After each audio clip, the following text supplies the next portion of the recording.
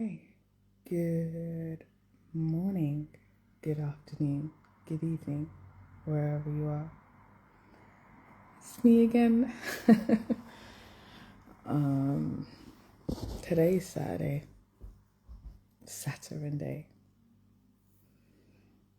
I um, I don't have anything mystical or magical to really say. I just wanted to, like that song. What is it? Can we talk for a minute? I've I've been I've been thinking.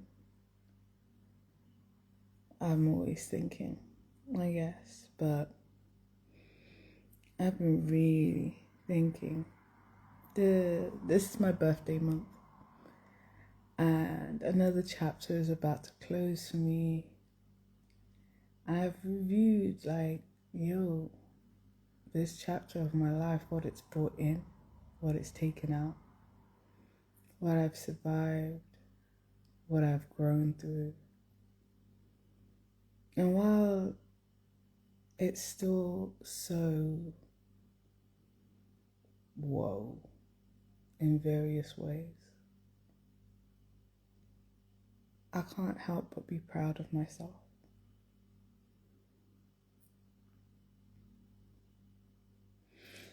See, I'm a lover girl. I really am. And recently I've been consuming a lot of male content makers who are very much lover boys or enlightened men within their rights. And I've come to one big old conclusion. I am a glutton for someone who is articulate with their words. I am a fangirl. I'm a fool for someone who's able to express authentically their thoughts and feelings. I could turn into putty in your hands.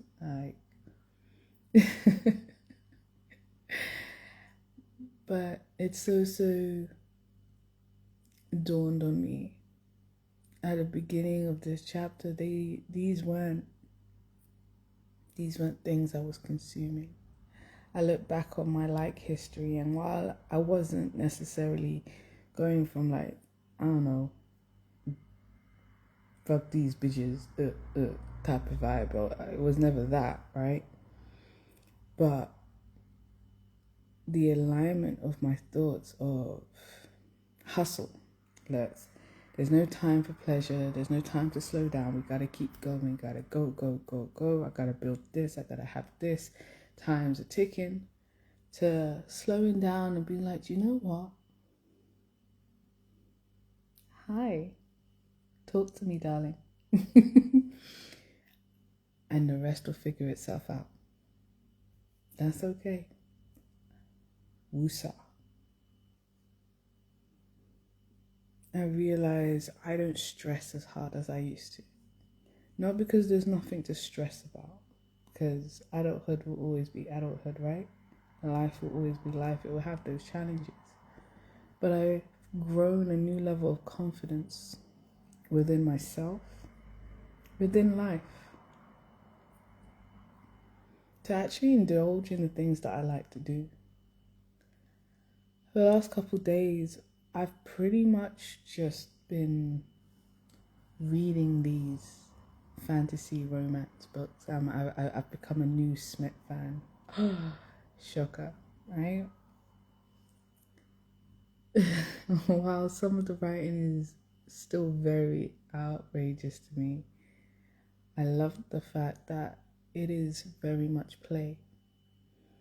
And then I had to stop and think to myself, yo, when was the last time I just felt like that? You know, as kids, that's all we want to do, right? All we want to do is play. We just want to be able to sit in fun. I'm like, when was the last time I just felt like that? Like, you know what? I just want to play. And that's okay. I didn't feel guilty afterwards. I didn't feel like I needed to double down on the discipline or had to condition myself in a certain way. It was truly, authentically okay. Everything else was just like, I'm not getting in trouble. That feeling of feeling like I'm in trouble, like I didn't do something, it's not present. I get to my recent infatuation with a man, because there's men whose voices, their octaves are just beautiful to listen to. Some very much voice actor range type of things where they read literature in such an eloquent way where it's like I can't help but get lost in what is being expressed in not only the writing but the voice in which it speaks, and I'm like, that those are my people, where I can sit and listen to you for hours, probably reading the ingredients off of a cereal box, and it doesn't matter. I'm just enjoying that. I've heard people say that about my voice, that it has that certain charm to it where you can't help but listen. And I'm like, that's my people. But today I was listening to this man. I think his name is Dimitri Wiley, and he's got this podcast called the Loverboy Podcast, and he was speaking about how for him chivalry and examples his father set in loving a woman. And I discovered he actually has the same birthday as my daughter. And it made so much sense to me. I'm walking into rooms where there are people who have taken the time to not only emotionally and intellectually understand themselves, but convert that into wisdom. That's exciting. I'm being exposed to a world where it's not about who is dying today or what mistakes are happening tomorrow. I'm being wrapped into a world where, despite the bad, let's indulge and enjoy the good. Let's convert that power of what's so amazing and bright and light in this world into the strength needed to deal with those hardships. Another short I was watching was someone explaining how they would celebrate the worst day ever. And at first, when you hear it, it sounds very bizarre. But I'm talking like full blown, like a birthday with cake and ice cream type of celebrate. They did it when their house burnt down. They did it when the mother got cancer and died. And it sounds like very morbid moments to want to celebrate. But I realized it wasn't about them celebrating what went wrong. It was about them surviving through it. Like truly patting themselves on the back that, you know what, I survived through worse. And that switch of, it's almost that switch of looking at the glass half full rather than half empty, right? There's a lot of cliches, a lot of sayings that go around, and we say it a lot, but we never really take it in for what it is.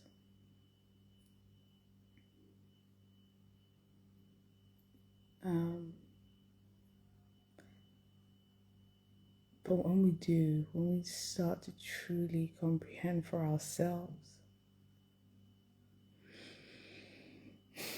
I'm in this space of just, it's not even review, it's comprehension of what I've comprehended, understanding what I've understand, converting that knowledge into understanding and that understanding into wisdom. I can't wait to be old. And I laugh because I used to say that a lot when I was younger. I would observe my grandparents.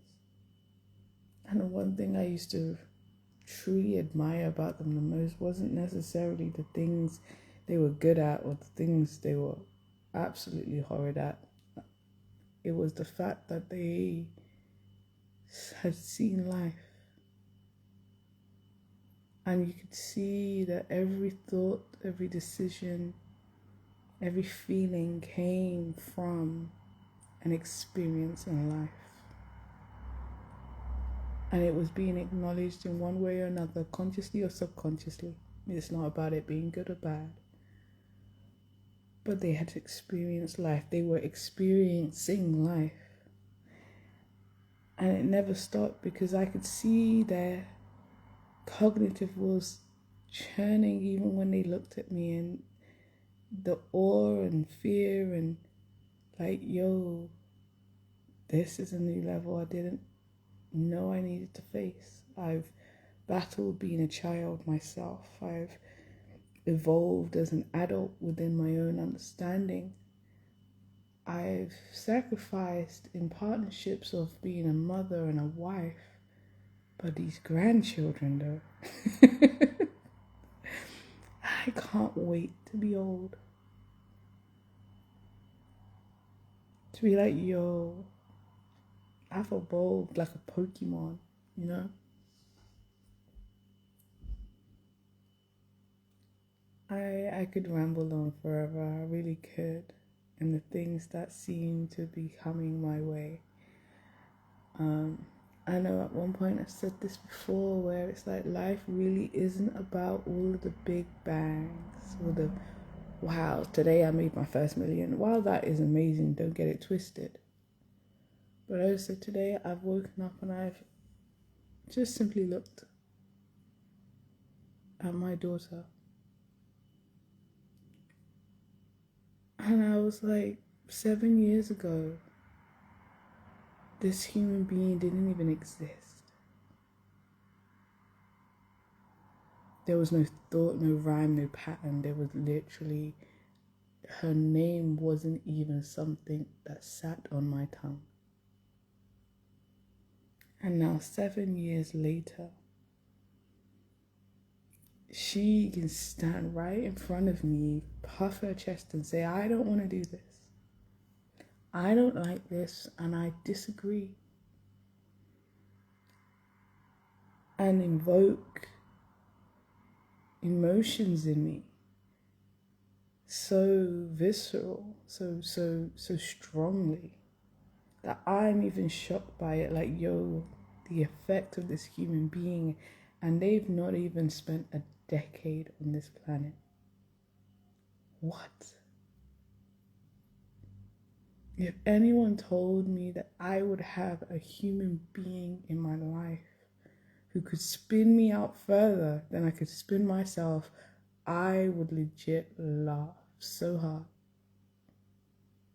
Who could possibly be on this planet that could have me in that much of a chokehold, right? But I do. And she won't be the only one. And in various ways, she isn't. There's some ways where she rolls off my back. It doesn't faze me. And then there's others in that same regard that, vibrating, right?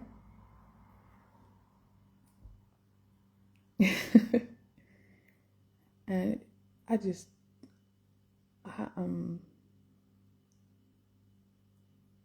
I marvel in that, because that's a miracle we truly overlook.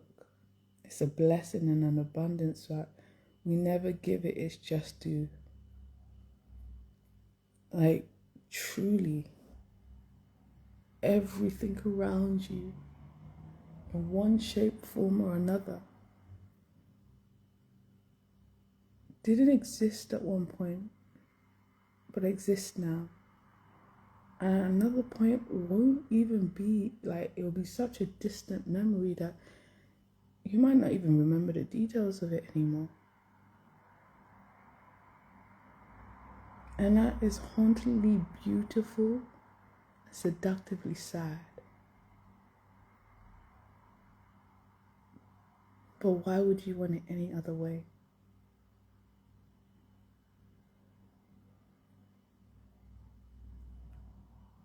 As the month of Cancer, we are in that deep water behavior, right?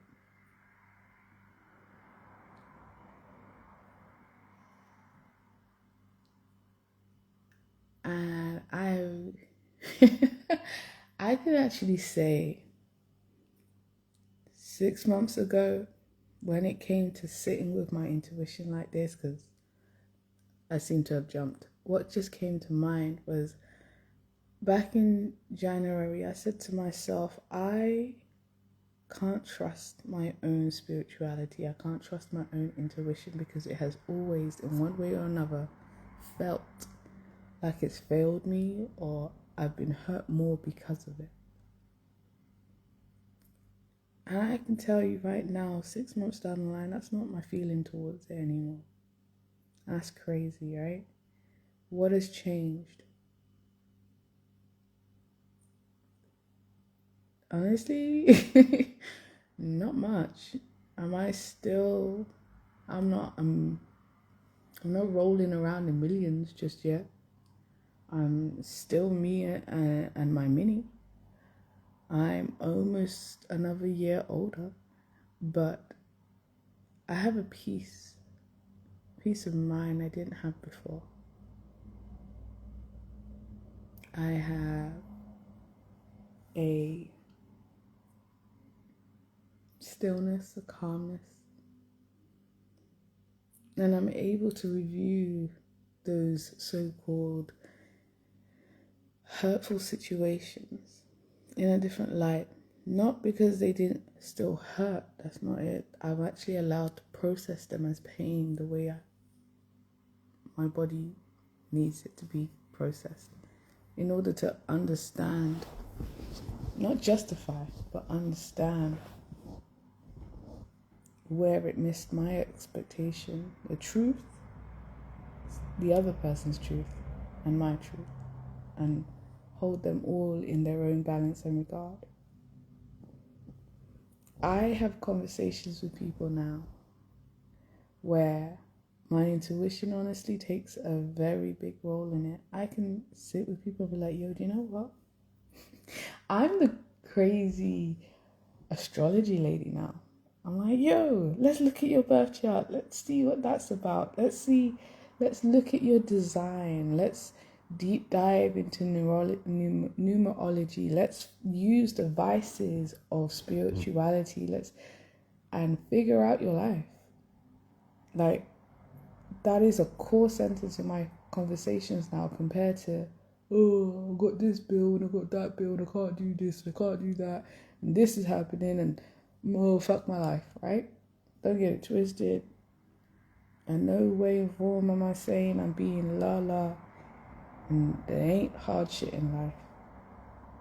But I'm more focused or more giddy to not dwell in the problem but work towards a solution.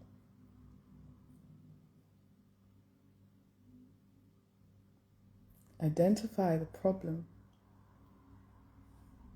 but get obsessed with the solution. Oh, you want to make more income? Okay, bet. Let's look at your chart.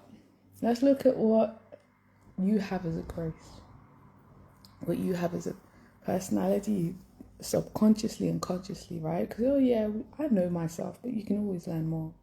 I'm always learning more, right?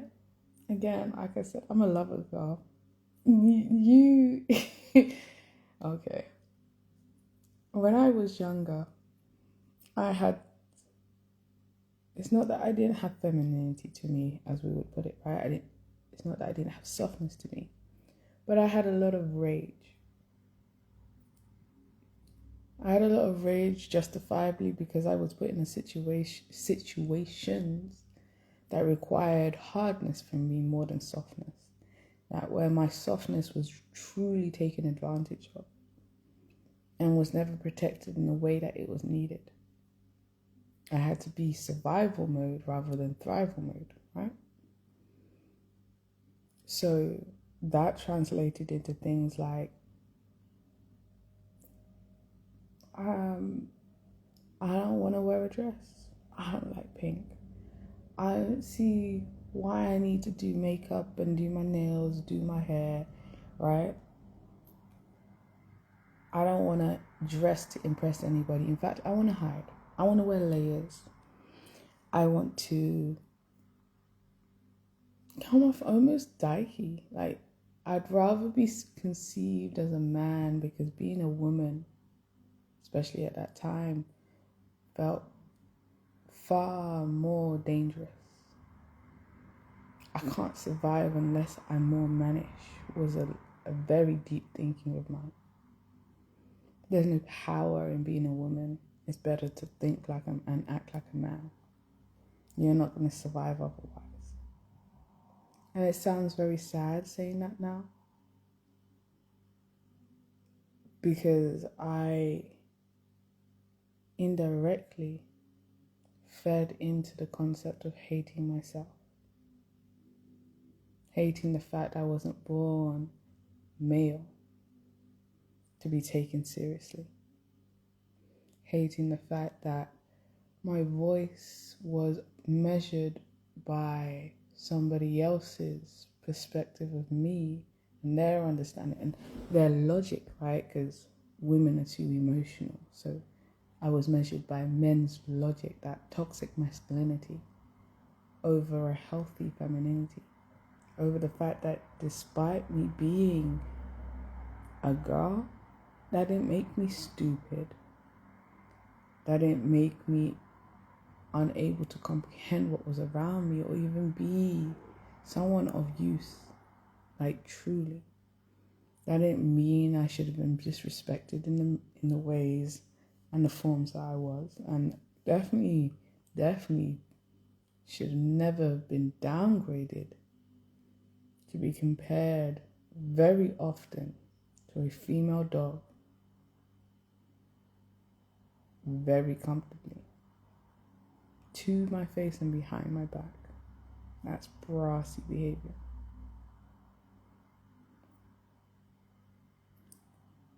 And now it's like, I still don't feel like I need to wear makeup or do my hair and all that shit. But it's more because I actually like my natural features. I think I'm quite pretty without all of the get up. I like my natural hair. I have cut it, I've colored it, I've straightened it, I've jerry curled my patterns, and I've left it natural. I like the versatility that is just naturally brought. I was born with this, and I think I'm pretty with it. I don't think I need the extended nails when my own nails grow. I don't think I need the extra eyelashes when I have enough to have pretty eyes, right? I think my skin is beautiful. With its textures, with its history, with all the uniqueness of my tone. Why would I want to hide that?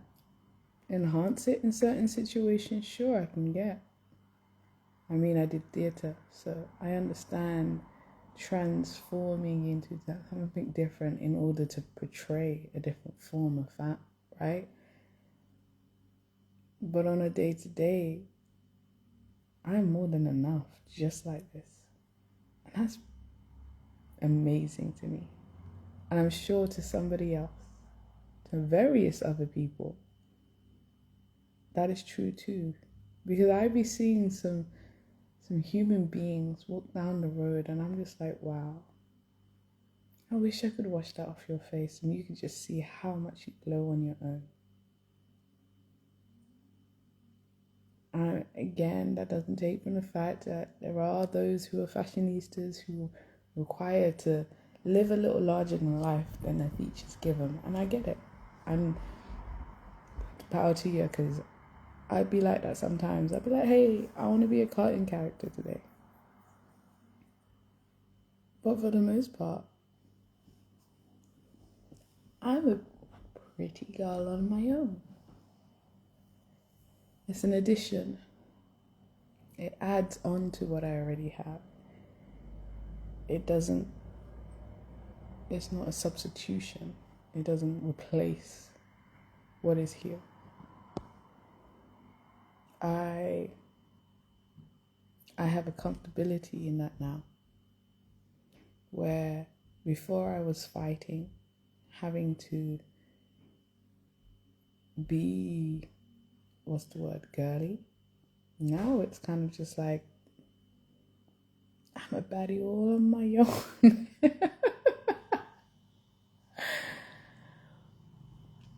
I'm a baddie all on my own.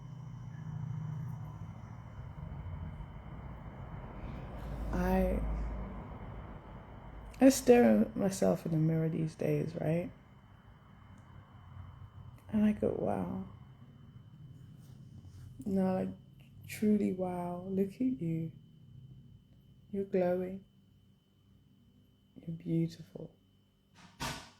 And not beautiful in the subjective way of this is a lustful desire towards you.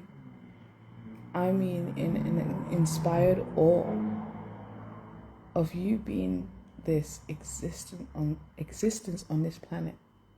Like, you exist, girl. And your existence has an impact. Like everything else. Like the butterflies that randomly pop past you.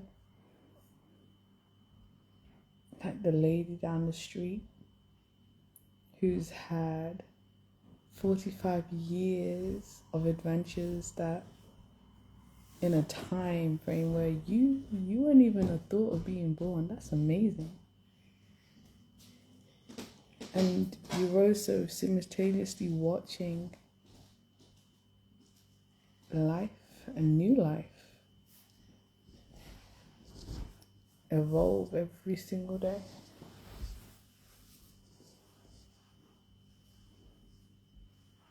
She's turning into her own person every single day. And she's bringing a new person out of me every single day.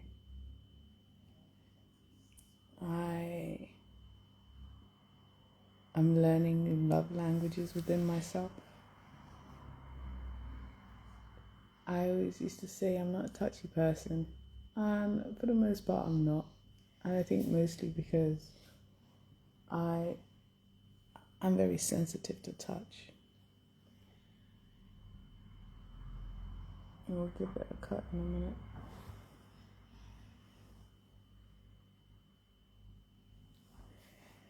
I'm very sensitive to touch. And I was never really given the space to understand what that meant for me. And I have the most in your personal space type of child. I like the compatibility level on that front is crazy. She literally, if she could get under my armpits or right back under my skin, she would. And at first was that very uncomfortable for me, yes, but I've evolved and learned to kind of start to enjoy it. And there's a part of me that knows when it comes to other people in my life, my future partner, my future children, they're all going to have quirks like this that's going to push. Yeah? It's so just. Okay. I'm going to have to love and leave you guys now because Tiny Tight's awake. And I have to go and be a mum now. But yeah. Until next time. Bye-bye.